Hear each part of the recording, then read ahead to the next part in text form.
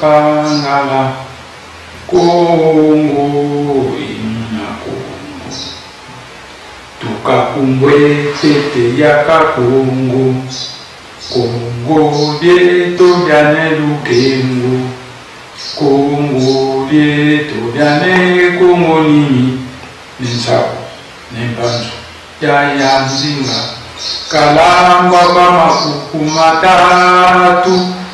makuku matatu malambe Kongo okukwalekela omakongo Kongo lyatusisila bakulu Kongo talikambaswe mansinga Kongo imuna Kongo kenzoka Kongo pakenzolenza sala wayala nsanga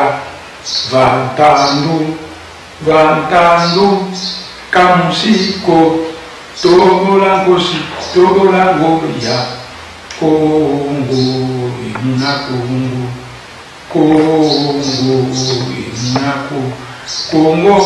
Kongo imuna Kongo.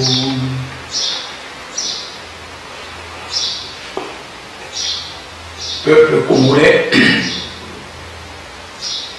mes chers compatriotes,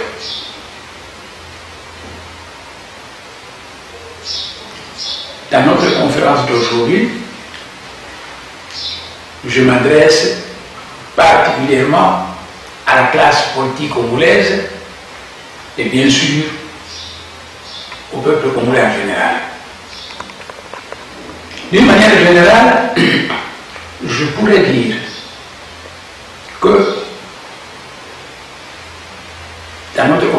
aujourd'hui, notre conférence aura pour thème Réfléchissons ensemble. Réfléchissons ensemble. Et ce mot d'ordre, je le donne à la classe politique congolaise et au peuple congolais. Réfléchissons ensemble. Le premier problème que nous allons aborder, c'est le problème de la République démocratique du Congo, qui est un véritable sous-continent, puisque la République démocratique du Congo, notre pays, est un sous-continent. C'est un grand ensemble. Pour vous démontrer que la République démocratique du Congo, notre pays, est un grand ensemble, nous allons fabriquer deux cartes. L'une de l'Europe et l'autre de la République démocratique du Congo, même échelle. Et nous allons superposer ces deux cartes. Si Kinshasa tombe à Londres, alors Lubumbashi tombe à Moscou. Et entre Londres et Moscou, nous avons toute l'Europe. Entre Londres et Moscou, nous avons toute l'Europe.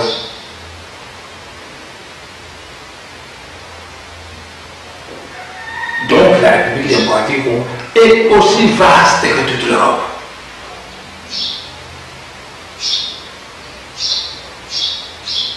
Mais combien de pays a-t-il en Europe? 200, 300 pays? En quoi il y a combien de pays? Il y a la Suède, il y a la Norvège, il y a l'Irlande, il y a l'Angleterre, il y a le Portugal, il y a l'Espagne, il y a la France, il y a la Belgique, il y a l'Italie, il y a la Hongrie, il y a la Croatie, il y a le Kosovo, etc. Plusieurs pays, dont la République démocratique du Congo, qui est aussi vaste que l'Europe, aurait logiquement de la place pour 5 États indépendants, comme l'a fait la France dans la OF. Mais la fin, c'est ça la République démocratique du Congo. Mais la République démocratique du Congo n'a pas été fondée par Dieu, ni par un politicien congolais. La République démocratique du Congo,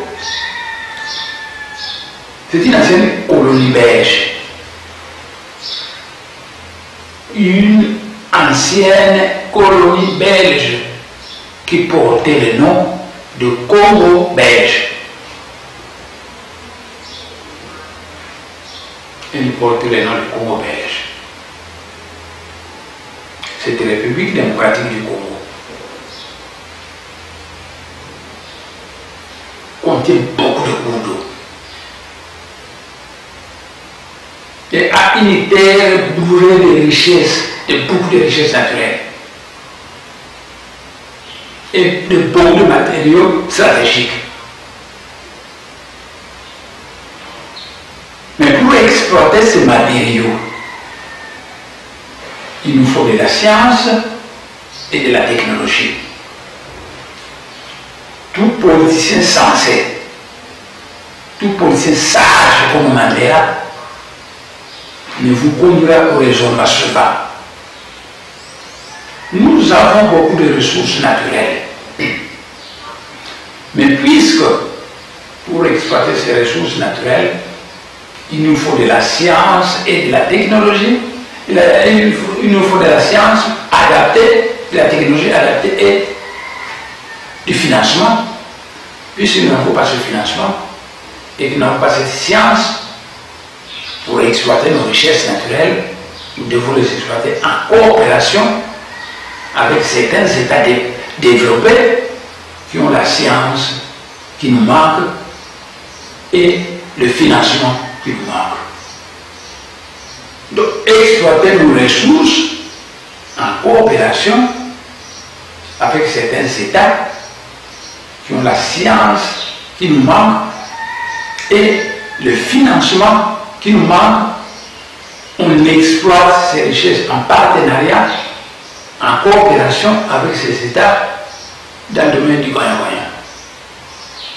Ces États gagnent quelque chose, nous gagnons quelque chose, tout le monde est content, bien ça fait l'affaire de tout le monde.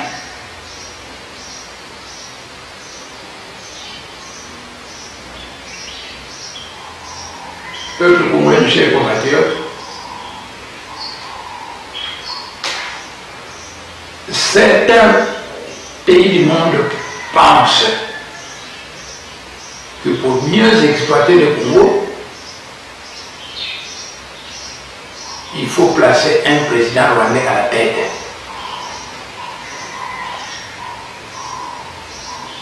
Ce n'est pas vrai. Parce que les richesses du Congo ont commencé à être exploitées à l'époque coloniale, il n'y avait pas un Rwandais à la tête.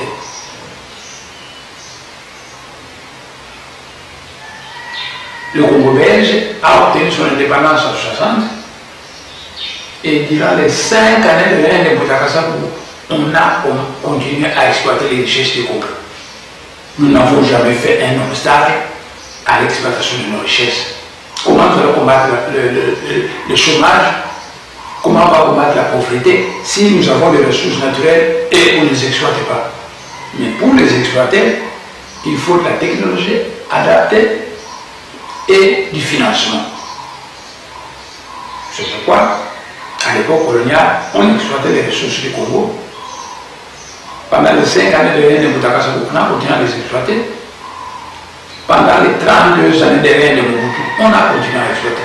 Donc les Congolais n'ont jamais été un obstacle à la coopération ou au partenariat pour l'exploitation de leurs richesses. Et ça va continuer quand Hippolyte Kagame aura quitté notre pays. Ça va continuer comme ça.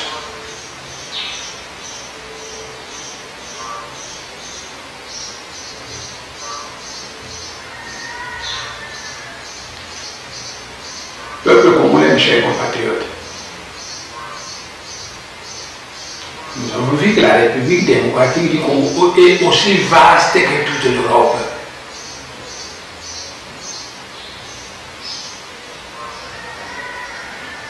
Si vous avez une centaine de pays en Europe, dans chacun de ces pays, ils ont un président originaire de ce pays, un fils du pays.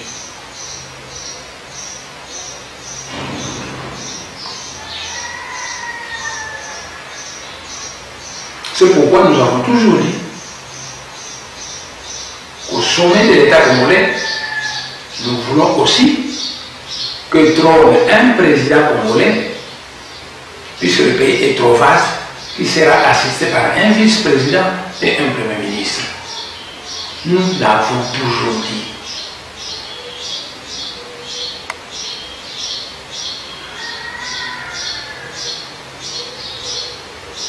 Notre pays a été une colonie. Quand la Belgique a décolonisé notre pays, le premier président c'était un Congolais. Alors, tout à fait normal. Le deuxième a été aussi un Congolais. Tout à fait normal. Le troisième a été aussi un Congolais. C'est Laurent Kabila, le Moulou-Bakati, le Moumbis du Katanga. Mais Laurent Kabila n'avait pas de moyens de prendre le pouvoir à Kinshasa, donc de renverser le président Mobutu. Et les petits Rwandais et les Ougandais se sont réunis. Ils ont dit, écoutez, nous allons mettre sur pied une armée qui va envahir la République démocratique du Congo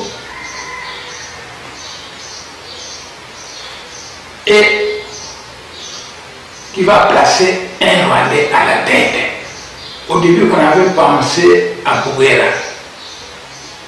Après, ils ont dit non, la communauté internationale va contester, l'Afrique va contester, donc prenons un figurant. Nous venons de créer la FLEL, nous prenons un figurant de Laurent Kabila, qui sera un figurant, mais nous lui imposons les conditions suivantes. Nous sommes prêts à prendre notre armée et à vous accompagner pour aller renverser Mobutu à Kinshasa. Êtes-vous d'accord qu'on le fasse à une condition? Qu'après avoir renversé Mobutu, vous nous donnez 300 km de la terre du Burundi, du Kivu, on va annexer au Rwanda. Laurent Kabila a dit oui. Le respect de la parole donnée est un attribut majeur de toute initié Congo. Mais le Lumumbi, c'est le Laurent Kabila.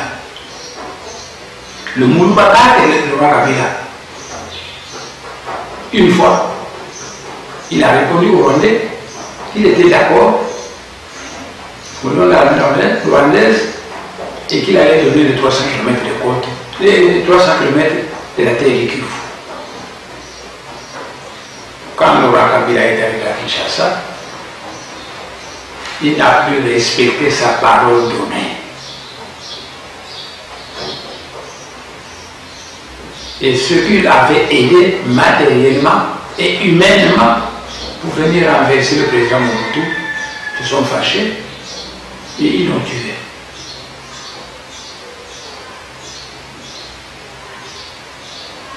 Donc, c'est le Lumumiste et le Laurent Kabila, un Moulbakat qui nous a amené les Rwandais au Congo.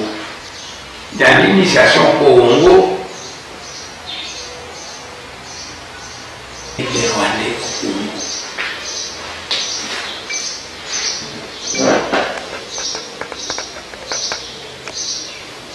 Et la présence rwandaise au Congo s'est renforcée après l'assassinat de Laurent Kabila, lorsque est venu le règne de ces jeunes Rwandais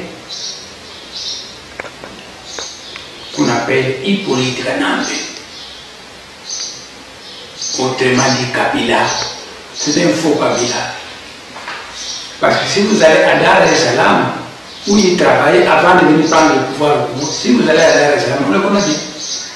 Mais on l'appelle Hippolyte Kanambe. Si vous allez au Rwanda, mais on le connaît bien, sous le nom de Hippolyte Kanambe, c'est le neveu de James Kabarebe, le ministre rwandais de la Défense. C'est celui-là, ce Rwandais, ce petit Rwandais, qui a pris le pouvoir à Kinshasa après la mort de Laurent Kabila et avec le soutien des armées étrangères. C'est celui-là qui a pris le pouvoir. Et son régime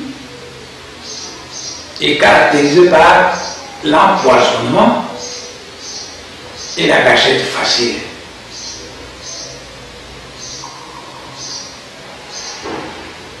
Dans le Bas-Congo, le Congo central, Laurent Kabila a fait massacrer 1 millier d'adeptes de Bundula Congo et les a jetés dans les fosses communes.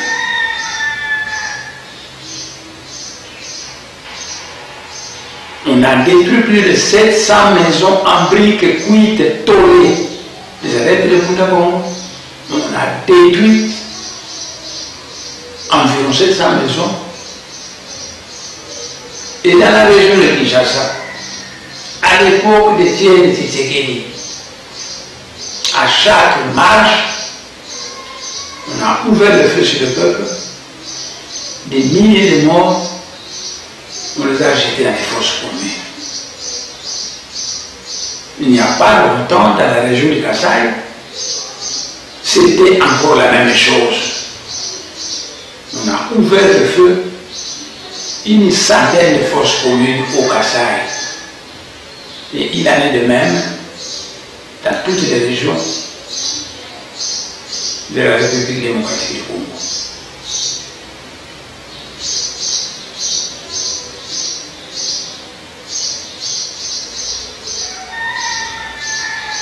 Cet état des choses a interpellé tout Congolais sérieux qui se dit ceci: mais dans quel pays du monde avez-vous vu ce que nous voyons au Congo?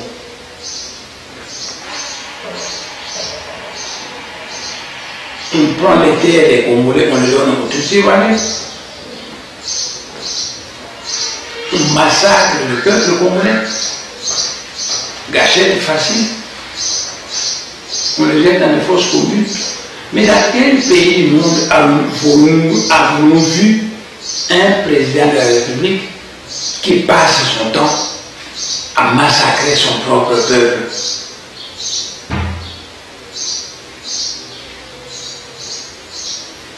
Les Congolais sérieux se disent non, la colonisation rwandaise que nous subissons est une réalité.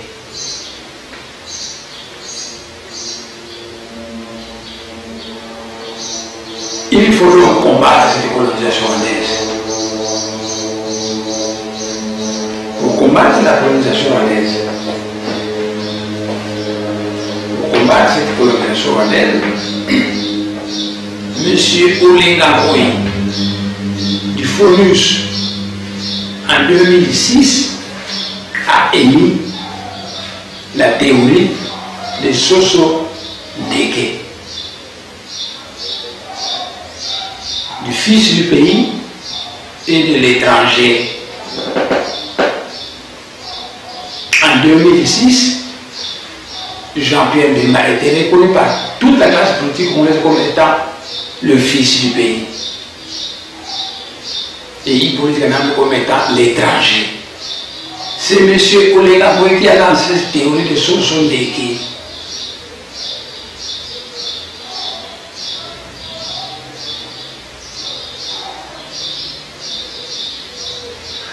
Demandez à M. Olenga Ngoyi si ce n'est pas lui qui a lancé cette théorie. Et où est-il pour le moment?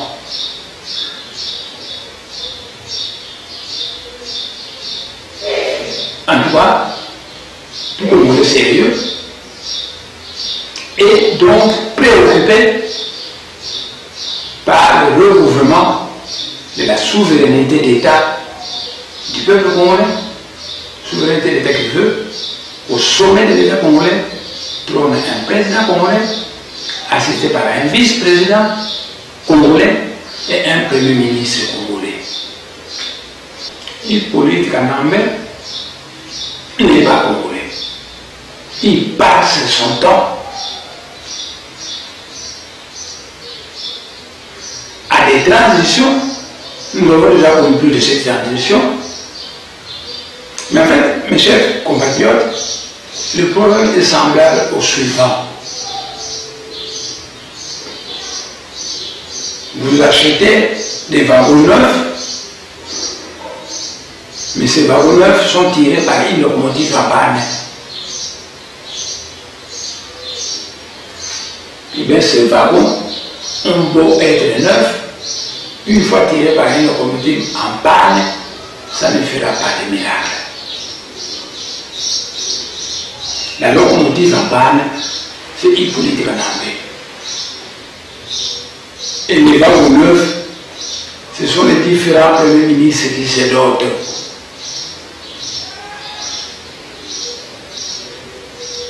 Il a pris d'abord un certain Baribanga Moulouba comme premier ministre. Pour offrir Moulouba, rien n'a marché.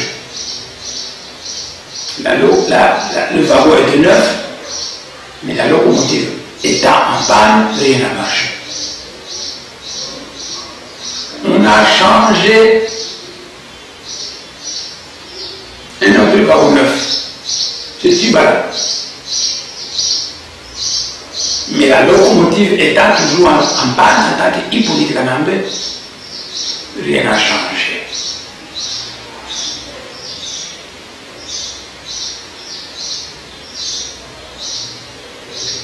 Mais la République démocratique du Congo a une constitution.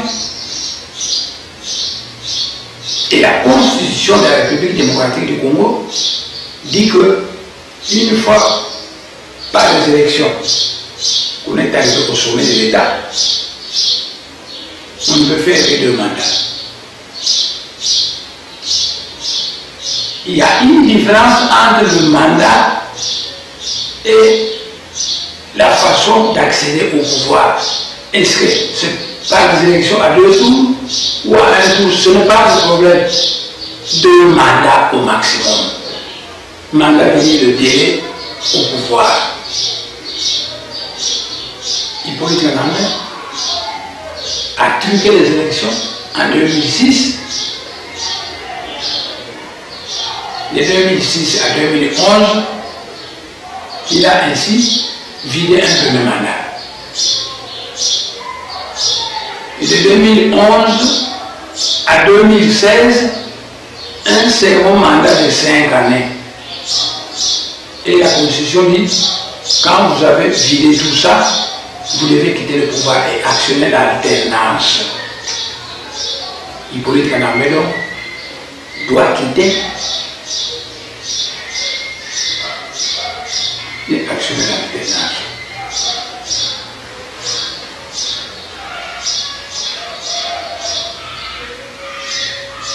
Mais la République démocratique du Congo a déjà connu plus de 7 transitions pour simplement chercher à prolonger le délai au pouvoir d'Hippolyte Kanambe.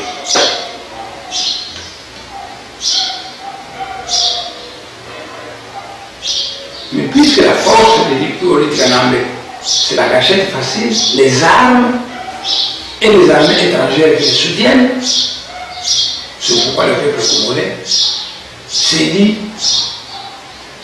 je suis un peuple pris en otage par un génocidaire sanguinaire. Je demande donc à la communauté internationale de m'accorder son secours.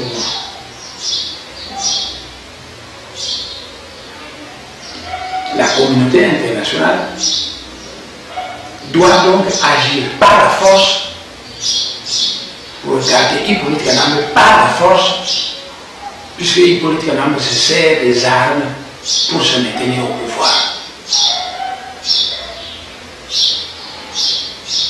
Actuellement, on parle beaucoup d'élections.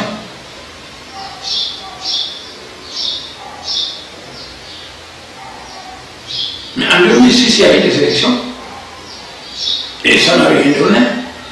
Parce que Hippolyte Kanambe les a truqués et il s'est donné un mandat. En 2011, il y a eu encore des élections que Hippolyte Kanambe a truqué à son profit. Actuellement, on parle encore d'élections. C'est du bluff. L'ingénieur Mavinga de la CENI est allé aux États-Unis montrer aux Américains le trucage qui se prépare au pays. Conformément aux habitudes d'Hippolyte Kanambe.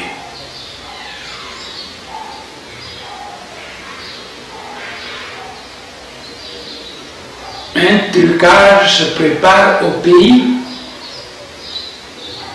où on parle trop d'élections pilotées par une CENI coiffée des Rwandais.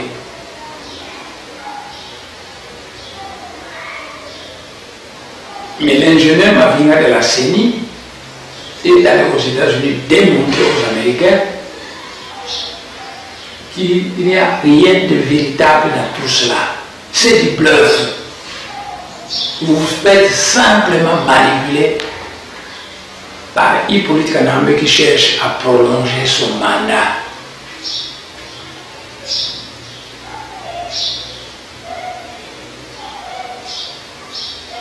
Doté de richesse du Congo, et de minerais stratégiques du Congo,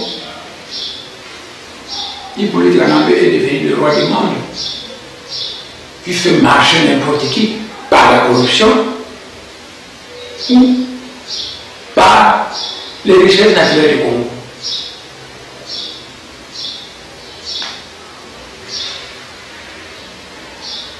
Ainsi, un jour, la commission de l'ONU des droits de l'homme s'est réunie à Genève. Hippolyte Kanambe a corrompu la plupart des membres de cette commission à tel point que cette commission a accepté, moyennant corruption, l'admission de la République démocratique du Congo à la Commission des droits de l'homme. C'est à cette occasion, grâce à la corruption, qu'on a fait échouer une certaine grande puissance, l'Amérique.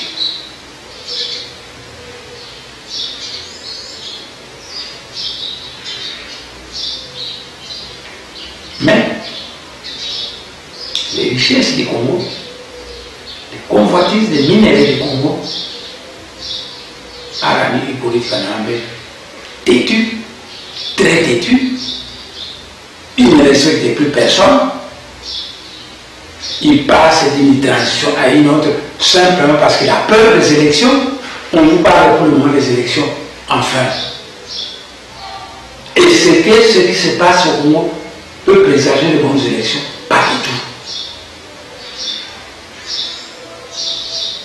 Et tous ceux qui parlent de l'élection sont simplement soit des gens de mauvaise foi, ils veulent voir la misère du peuple congolais continuer, ou alors des gens qui ont été corrompus par Hippolyte Kanambe. Parce que Hippolyte Kanambe croit fermement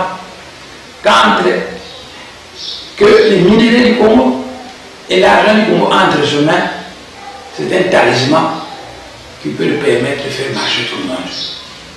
Et il est là, lié à sa mauvaise volonté.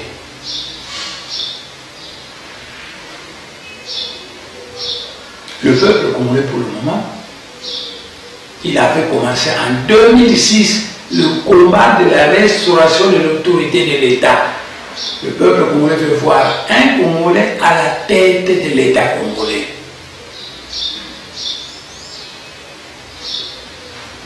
C'est pour expliciter cette lutte que l'honorable Olengakoye a parlé de Ndeke Soso.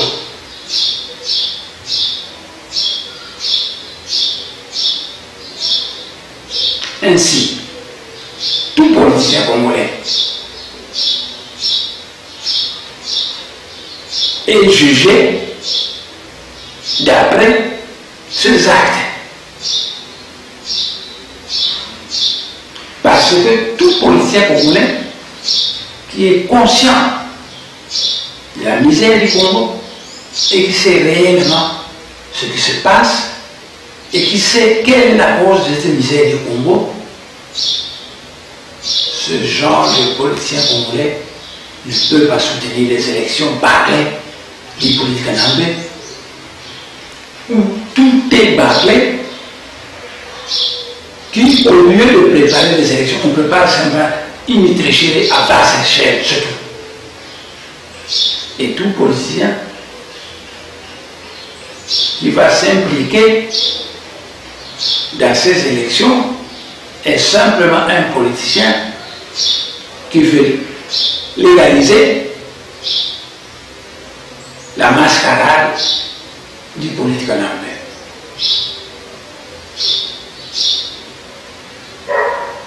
En 2006, Jean-Pierre Bemba a été connu par tout le peuple congolais du pays, tandis que Kabila, l'étranger, qu'il fallait élaguer pour laisser la place aux fils du pays. Aujourd'hui, Après 10 ans à la Cour pénale internationale, Jean-Pierre Bemba va bientôt rentrer. Mais on va le juger en fonction de ses actes. Parce qu'aussitôt qu'il vient,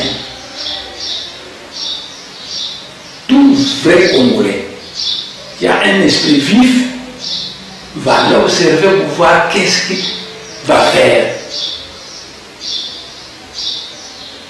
Et ce qu'il va faire va nous amener à lui coller une étiquette. Ainsi, si Jean-Pierre Bemba vient pour donner un plus à la lutte de la restauration de l'autorité de l'État,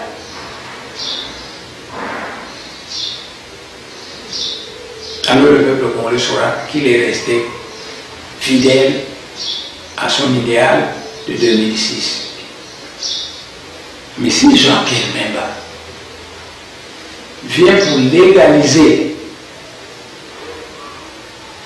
les élections de mascarade du politique Kanambe, donc si Jean-Pierre Bemba vient pour soutenir la mascarade du politique Kanambe, eh bien, Jean-Pierre Bemba aura trahi le peuple congolais qui finalement n'obtiendra rien avec ce hibou, avec ce fils vénéré en 2006.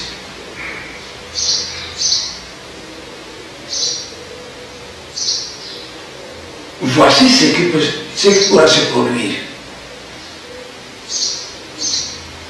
Jean-Pierre Bemba s'est dit, moi je suis rentré au Congo pour renforcer la lutte de la restauration de l'autorité de l'État.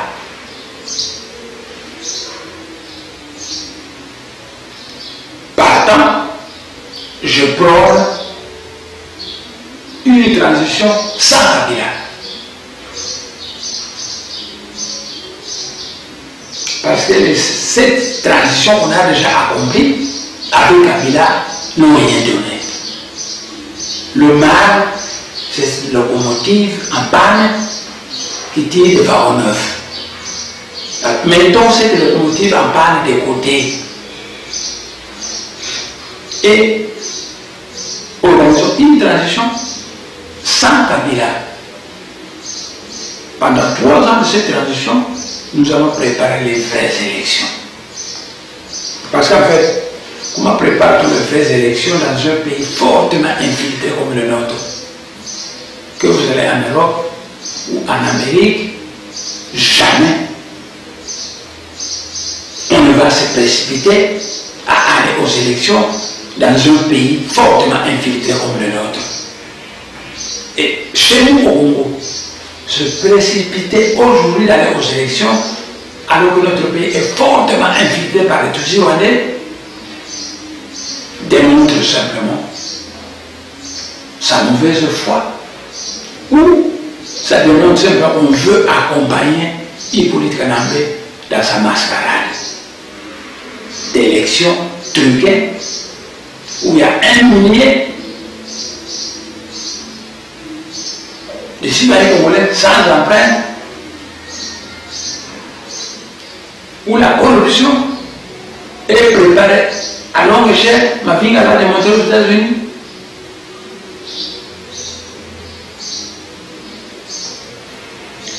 Parce que voici différents scénarios qui pourront arriver. On organise les élections de mascarade, les pseudo-élections de Kabila. Naturellement, en les truquant, vous entendrez que c'est Kabila qui a gagné ces élections. Bemba est le deuxième. Mais parce qu'il est le deuxième, il va être le premier ministre de Kabila. Et voilà la fameuse locomotive en panne qui va se mettre à tirer encore ce wagon neuf. Ça ne donnera rien. Ça ne donnera rien. Les Tutsis rwandais continuent à prendre la paix du Congo. La gâchette facile du régime Kabila va continuer.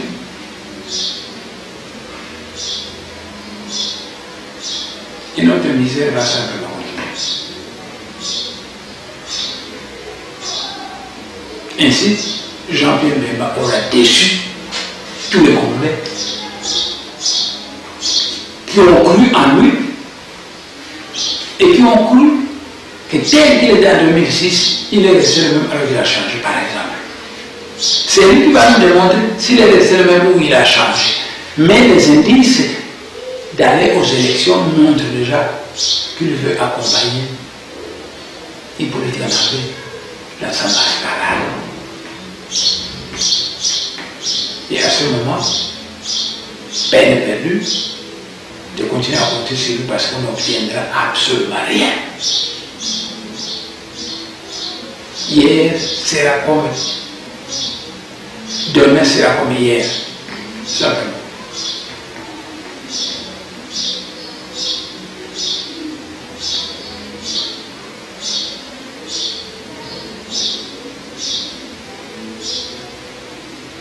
Vous voyez donc, mes chers compatriotes,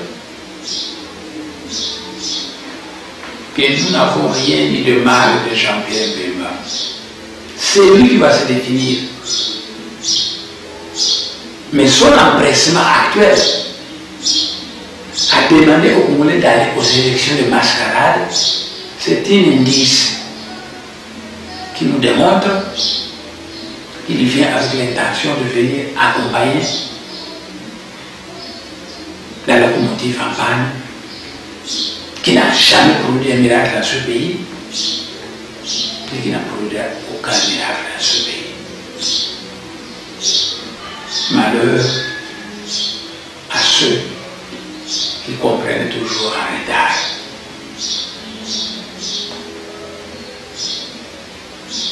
Malheur à ceux qui comprennent toujours en retard.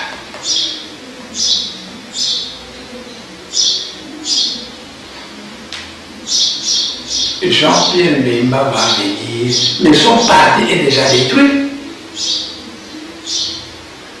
François Mamba, l'ancien secrétaire général de son parti, se trouve à la majorité présidentielle pour le moment. Thomas Louaka, il se trouve à la majorité présidentielle pour le moment. Jean-Lucien Moussa, il est avec Kabila pour le moment. Les Gola, mais il se trouve à la majorité présidentielle pour le moment. Donc, tout le monde l'a quitté. Et il vient impliquer quel mouvement de libération du Congo aux élections. Quel mouvement? Un parti désorganisé de la sorte, comment va-t-il gagner les élections?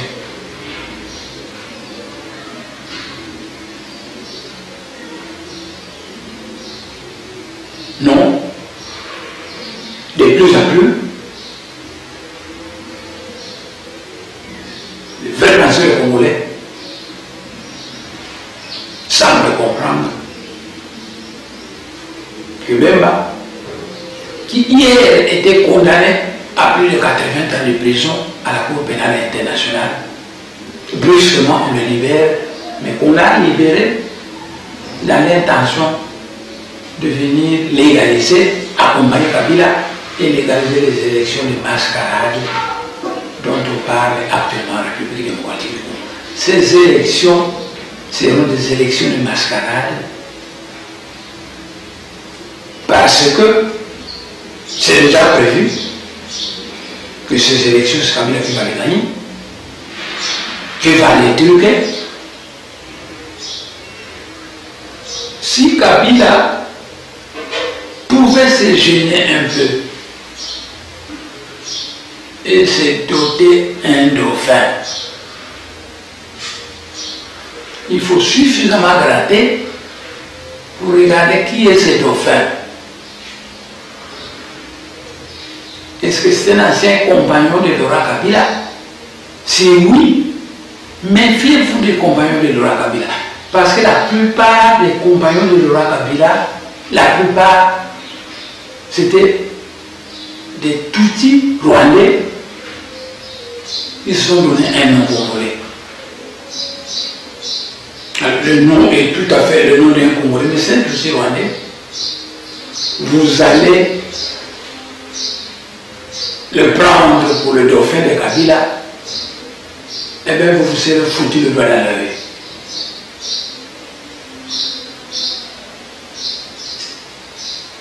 Si on veut réellement résoudre le problème actuellement, il faut une transition sans Kabila.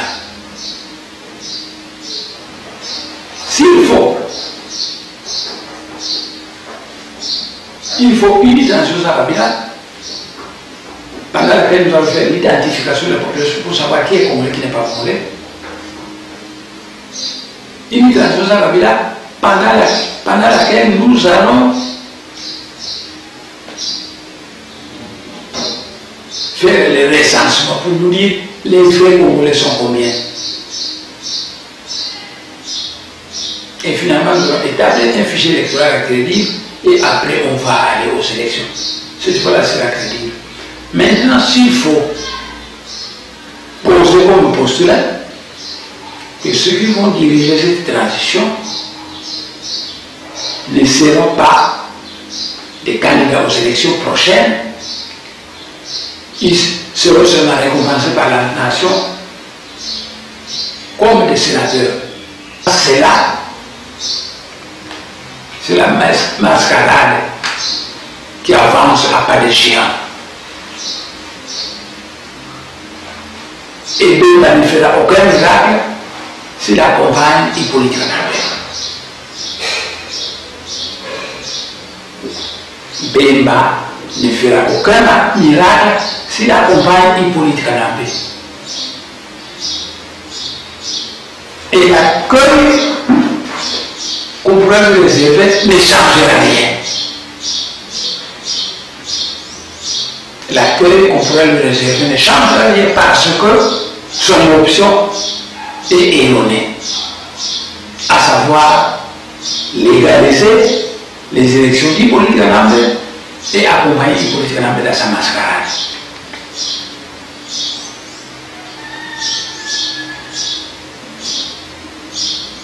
Ingida, Iboko,